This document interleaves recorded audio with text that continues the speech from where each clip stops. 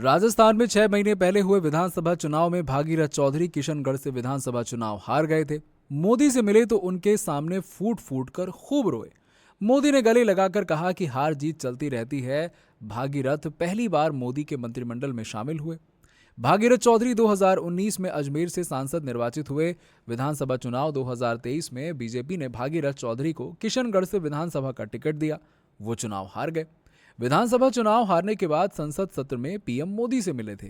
भागीरथ चौधरी चुनाव हारने की वजह से आहत थे और मोदी से बिना मिले ही चले गए थे। मोदी से मिले बिना निकलने लगे तो मोदी ने गार्ड को भेजकर बुलवाया था। इसके बाद पीएम मोदी से मिलने गए तो उन्होंने कहा कि बिना मिले कैसे निकल गए। तो भागीरथ चौधरी ने कहा कि चुनाव हारने की वजह से मैं किस मुंह से आपसे मिलता, आपने टिकट दिया और मैं विधानसभा चुनाव में तीसरे नंबर पर था।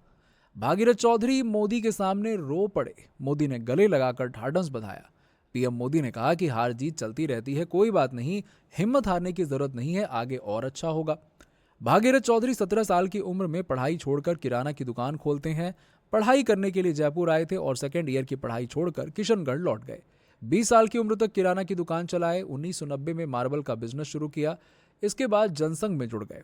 भाजपा की स्थापना से ही वो गठबंधन में एक्टिव रहे। 2003 में पहली बार विधायक बने। 2 बार विधायक रहे। 2003 से 2008 तक भाजपा उद्योग प्रकोष्ठ में प्रदेश उपाध्यक्ष और 2003 से 2019 तक प्रदेश कार्यकारिणी सदस्य रहे।